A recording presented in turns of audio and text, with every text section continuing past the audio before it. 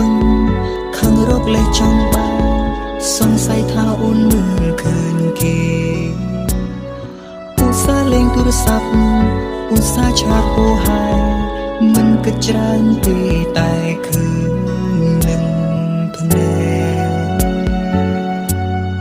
ដូចការសង្ស័យមែ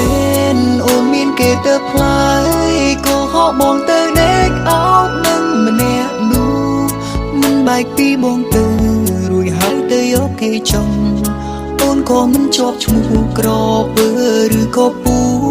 ល្បិចក៏សាហាសង្ស័យណាឈឺណាស់ដឹងការពិតឈឺហើយគួរដល់ពេលឲ្យអូនទៅគេសើបការបានសម្រេចបែកគ្នាបានសម្រេចងើបដើរចេញឲ្យឆាប់នៅនាំអាប់គេយូរទេ